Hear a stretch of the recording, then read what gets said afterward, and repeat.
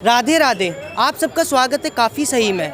आज हम आपको लेके आए हैं श्री बलदेव जी ठाकुर मंदिर दाऊजी महाराज के।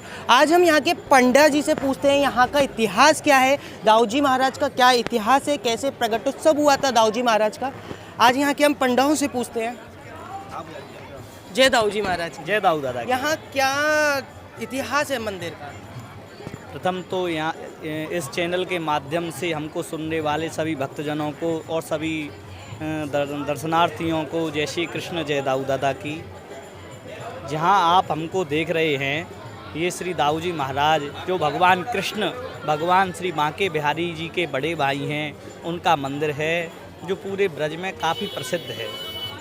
भगवान श्री कृष्ण जब यहाँ से द्वारका के लिए चले गए तो श्री दाऊजी महाराज को ही उन्होंने ब्रज का राजा घोषित किया है और जब से ही और आज तक कलयुग में दाऊ दादा ही ब्रज के राजा माने जाते हैं। अब पंडित जी से हम अनुरोध करेंगे कि आप हमें अंदर ले जाके मंदिर प्रांगण का भ्रमण कराएं और इतिहास बताएं कि कहाँ से मतलब दाऊ बाबा की उत्पत्ति हुई थी। क्या सर्वप्रथम तो ये आप जो देख रहे हो यहाँ अभी ये संकीर्तन चल रहा है, आगे चलो।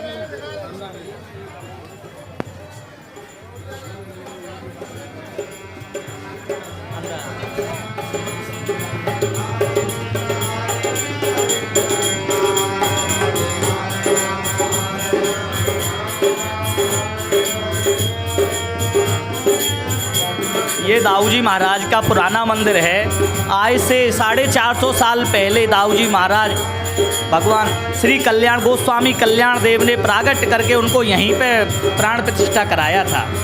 आज से 450 पहले दाऊजी महाराज यहीं विराजमान रहते थे, जहाँ सामने आज अखंड ज्योति देख रही हो, और इधर में बाजू में माता रेवती जी विराजमान रहती थी। जी, आप जैसे देख सकते हैं ये 450 साल पुराना मंदिर है जहाँ दाऊजी महाराज विराजमान रहते थे और ठीक उसके सामने रेवती मैया विराजमान रहती थी, जो कि आज मंदिर उनका नया बन गया है। हम आपको नए मंदिर की तरफ भ्रमण कराते हैं, चलिए।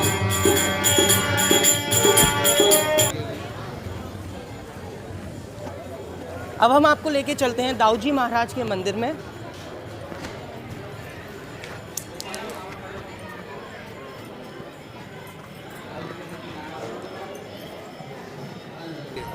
आप जैसा देख सकते हैं ये दाऊजी महाराज की शिला है, जो झंडा लग रहा है, शिखर दाऊजी महाराज के मंदिर का शिखर है। और ये दाऊजी महाराज का प्रांगण है पूरा, आप जैसे कि देख सकते हैं। यहाँ दाऊजी महाराज की शिखा है। ये ध्वजा जी विराजमान है ऊपर। ध्वजा जी का विशेष महत्व है। वृंदावन में तो जगह जगह मंदिर और जगह जगह ठाकुर जी विराजमान हैं, लेकिन हमारे यहाँ दाऊजी महाराज चारों तरफ 25-25 किलोमीटर चारों तरफ से कोई मंदिर नहीं है। दाऊजी महाराज स्वयं अकेले विराजमान हैं। तो जो 25-25 किलोमीटर की जो जगह है, वहाँ के जो नागरिक हैं, मनुष्य दर्शनार्थी जो रहते हैं, वो दाऊजी महाराज से आगे मनौती मांगते हैं और दाऊजी महाराज उनकी मनौती को पूर्ण करते हैं और फिर वो आके ध्वजा जी दाऊजी महाराज पर चढ़ाते हैं, झंडा। अब हम आपको जैसा कि लेके चलते हैं दाऊजी महाराज के दर्शन कराने और फिर इसका इतिहास पंडित जी से पूछेंगे कि क्या इतिहास रहा है दाऊजी महाराज का।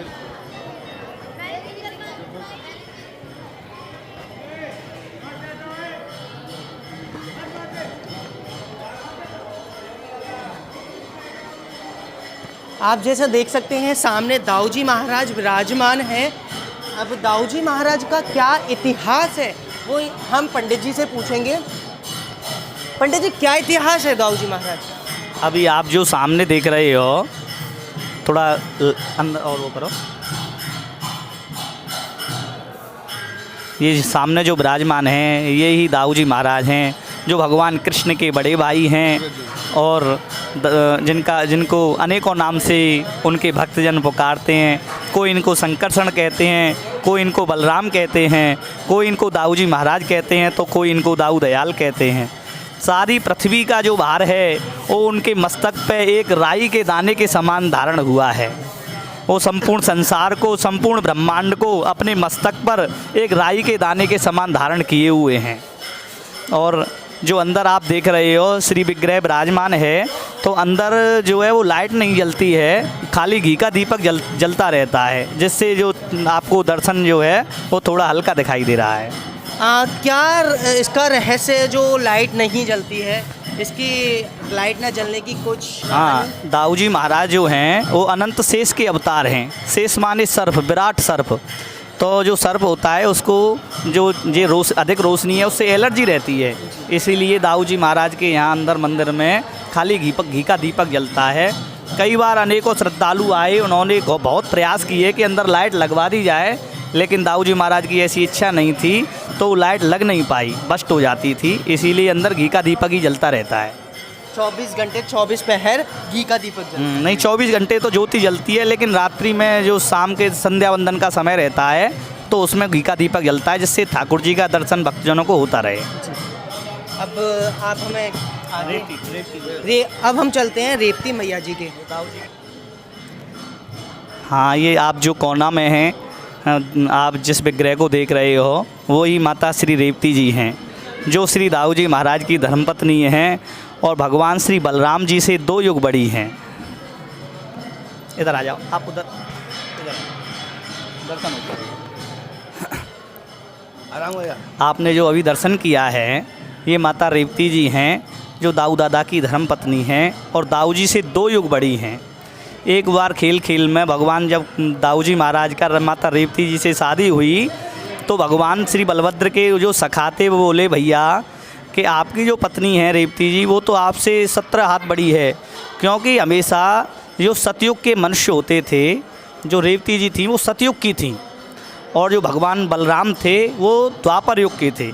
तो सबसे पहले सतयुग आया, उसके बाद त्रेता युग आया, त्रेता के बाद फिर द्वापर आया और अभी चल रहा है वो कलयुग चल रहा है।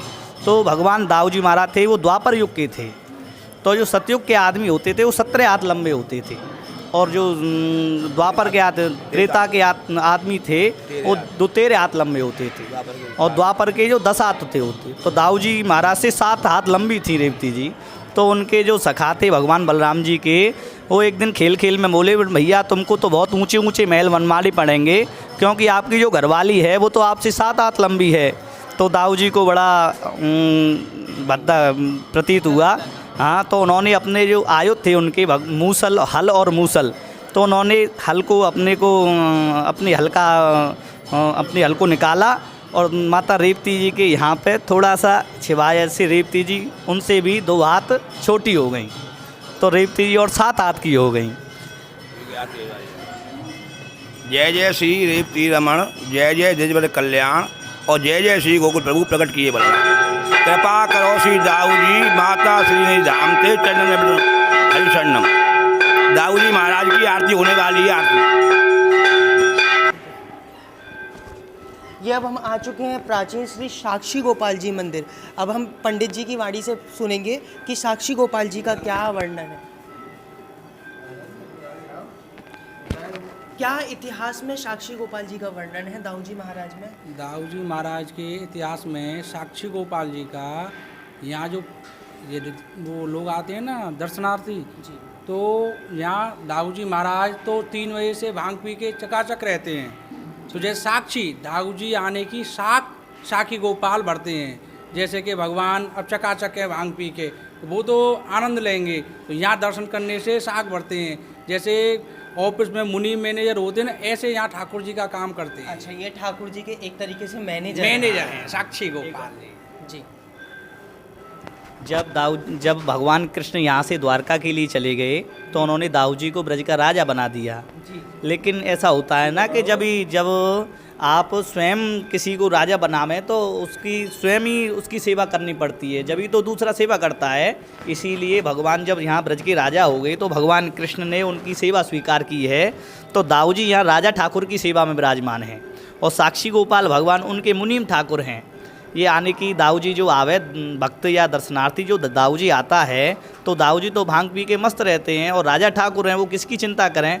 तो उनकी साक्षी बनने के लिए भगवान कृष्ण हमेशा तत्पर रहते हैं उनकी सेवा में। उनके मैनेजर हैं, उनके मुनीम हैं। वो दाऊ जी को बताते हैं कि आदमी आए थे, अभी जैसे आप आए हो तो दाऊ जी को बताएंगे कि भैया कैमरामैन यहाँ आए थे, और दाऊ जी पूछते हैं किसने देखा, तो बोलते हैं मैंने देखा था, मेरे सामने आए थे और मैंने उनकी साक्षी बनी।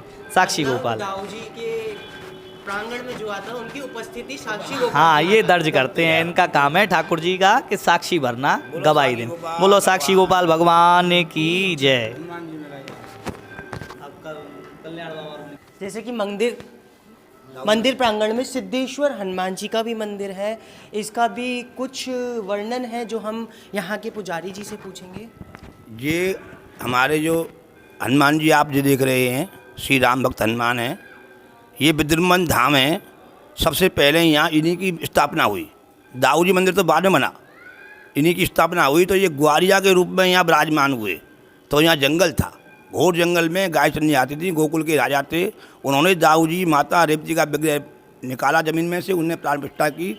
उसी मंदिर की सेवा पूजा के अधिकारी हम लोग हैं। ये ग्वारिया हनुमान सिद्धेश्वर हनुमान के नाम से प्रसिद्ध है मंदिर। ठाकुर हनुमान जी का नाम स्वर सिद्धेश्वर हनुमान। जी पड़ गया।